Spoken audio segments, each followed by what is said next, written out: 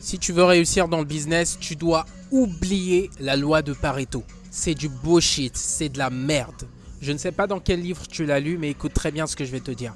Lorsque tu démarres dans le business, lorsque tu débutes, il faut te dire que le lancement d'une activité, c'est un peu comme le décollage d'une fusée.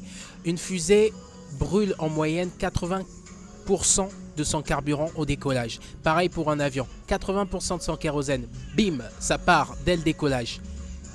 Tu dois penser de la même manière. Ça veut dire qu'au début, quand tu lances ton business, c'est à ce moment-là que tu dois bosser dur. C'est à ce moment-là que tu dois faire des nuits blanches si nécessaire. C'est à ce moment-là que tu dois faire des heures sup.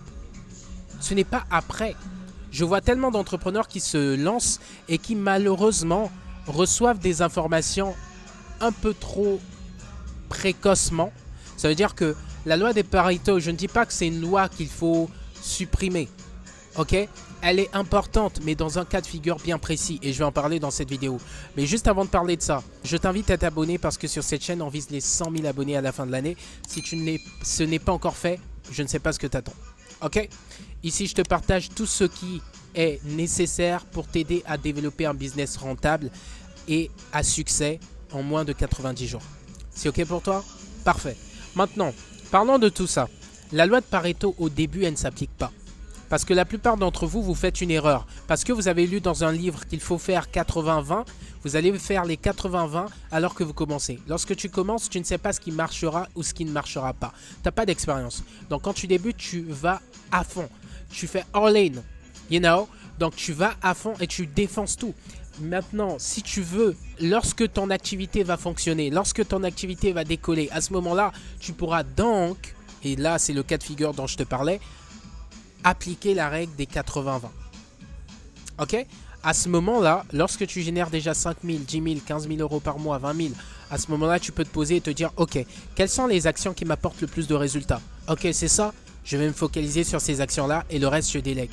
That's it, man. That's it. Mais au début, tu fais tout. Tout ce qui est possible de faire pour t'aider à aller chercher les résultats dont tu as besoin.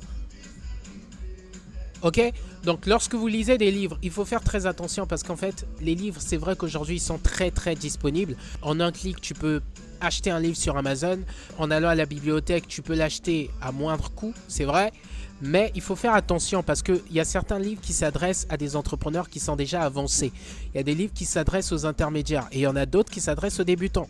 Et lorsque tu vas prendre des informations qui sont destinées à des entrepreneurs avancés et que tu les appliques au début de ton business, ne t'étonne pas que ça ne marche pas. You know what I'm saying? C'est ça le problème en fait de la plupart d'entre vous, c'est que vous appliquez les mauvaises infos au mauvais moment. Il y a un temps pour tout. Ok? C'est comme les mecs qui commencent. Oui, je commence, je veux tout déléguer. Attends, tu commences, tu veux tout déléguer? Mais comment tu vas faire vivre un business alors que tu n'as aucune compétence? Justement, lorsque tu délègues, c'est parce que tu délègues une tâche que normalement tu sais faire, mais que peut-être tu n'as plus le temps de faire. Comprenez bien ça, parce que je vais parler de délégation dans les prochaines vidéos, mais il faut comprendre à quel moment on délègue et comment on délègue. Parce que la plupart d'entre vous, vous voulez tout de suite déléguer alors que vous n'en êtes qu'au début. Je vois des gens, non mais moi j'aime pas la prospection, je vais déléguer tout de suite. Non, j'aime pas faire ça, je vais déléguer tout de suite. Mais quand tu délègues, tu sais même pas comment faire les choses. Donc ça veut dire que la personne que tu prends, elle peut te mentir, elle peut t'apporter des faux résultats, elle peut te faire de faux rapports. Tu ne sauras pas identifier cela parce que toi-même dans le milieu, t'es novice. You know what I'm saying? Je te donne un exemple. Si aujourd'hui, imaginons, moi j'ai un monteur vidéo maintenant, ok? Moi mon monteur vidéo, lorsque je lui donne mes vidéos afin qu'il fasse le montage, etc. Certaines de mes vidéos, parce que sur les autres vidéos comme celle-ci, j'aime bien que ce soit naturel. Je sais quand je lui donne les vidéos, pour le type de vidéo, combien de temps ça devrait lui prendre. Parce que moi-même je sais faire du montage vidéo. Il ne peut pas mentir. Je ne peux pas lui donner une vidéo de 5 minutes et il prend 3 jours à la monter. What's the problem, man? What's the fuck? Je sais qu'une vidéo de 5 minutes, s'il se concentre, en 4-5 heures, c'est plié. Encore là, je suis gentil. Tu vois ce que je veux dire? Donc du coup, ça c'est parce que j'ai déjà pratiqué.